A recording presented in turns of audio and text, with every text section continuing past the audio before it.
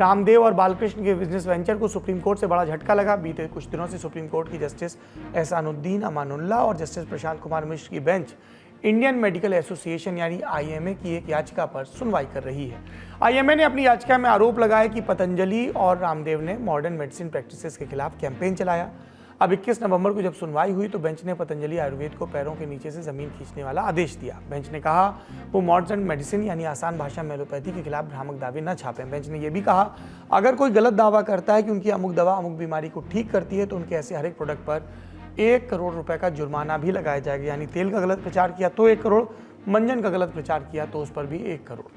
जब कोर्ट ने यह आदेश दिया तो पतंजलि के वकील ने कोर्ट को भरोसा दिलाया कि वो आगे कभी ऐसा विज्ञापन नहीं छापेंगे और न ही मीडिया में गैर जिम्मेदाराना बयान देंगे। कोर्ट ने पतंजलि का ये बयान अपने संज्ञान में लिया, लेकिन ठीक अगले दिन यानी 22 नवंबर को पतंजलि आयुर्वेद के सह संस्थापक और प्रमोटर बाबा रामदेव ने दोपहर 3 बजे एक पत्रकार वार्ता को संबोधित किया, अपनी कंपनी और कैंपेन को डिफेंड किया और कहा कि वो झूठा प्रचार नहीं कर रहे। उन्होंने अपने तरीकों से बहुत सारे लोगों को ठीक किया।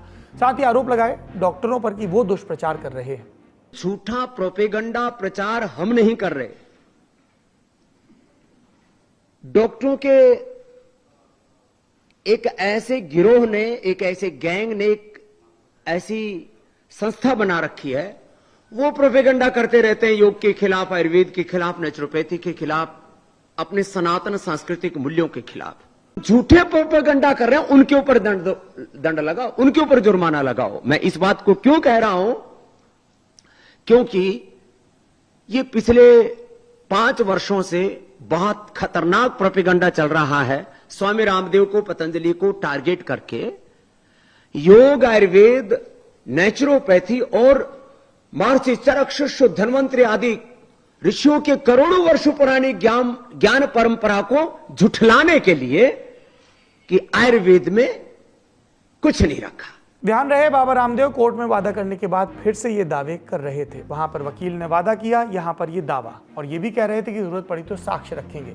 उम्मीद करता हूं कि ये साक्ष्य सुप्रीम कोर्ट में भी रखे जाएंगे जहां पर आईएमए के मुकदमे पर बहस चल रही है। बाकी साक्ष्य की जरूरत इसलिए है सबके प्रति सम्मान के साथ, जो भी देश को निरोगी बना रहे हैं, क्योंकि वैज्ञानिक चेतना, तथ्य आधारित चेतना बहुत जरूरी है। वरना कांग्रेस के राहुल गांधी हो या भाजपा के अमित मालवीय, वे तमाम नेताओं और प्रधानमंत्री को पनौती यानी अपशगुन करार देकर वैज्ञानिक चेतना की धज्जियां और मजाक उड़ाते ही रहेंगे। आज के बुलेटिन में खबरें इतनी ही। आखिरी में उम्मीद की बात। राष्ट्रपति द्रौपदी मुर्मू के गृह जनपद में मौजूद एक स्टेशन को 91 साल में पहली बार एक्सप्रेस ट्रेन मिली। राष्ट्रपति मुर्मू ओडिशा के मयूरभंज जनपद के रायरंगपुर की रहने वाली हैं। नई ट्रेनें बादाम पहाड़ रेलवे स्टेशन से शुरू की गई हैं, जो उनके घर रायरंगपुर से होकर गुजरेंगी। 21 नवंबर को राष्ट्रपति ने खुद अपने घर से गुजरने वाली ट्रेनों को हरी झंडी दिखाई।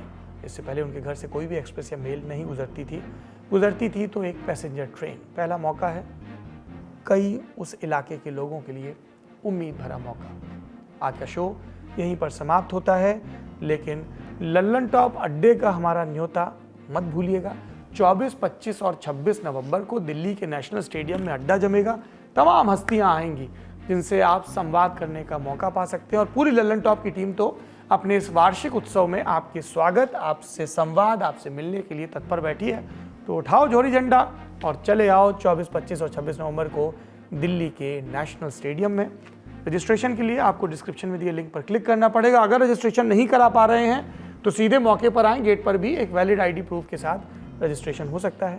अपना और अपनों का ख्याल रखिए। शुभ रात्रि। जिंदगी 365 दिन बहुत बिजी रहने वाली है, लेकिन लल्लन टॉप अड्डा सिर्फ 3 दिन रहने वाला है। 24, 25 और 26 नवंबर 2023 पहुंचिए दिल्ली के मेजर ध्यानचंद नेशनल स्टेडियम में। एंट्री फ्री है। सिर्फ आपको लल्लन टॉप की ऐप या वेबसाइट पर एक बैनर पर क्लिक करके रजिस्ट्रेशन कराना होगा।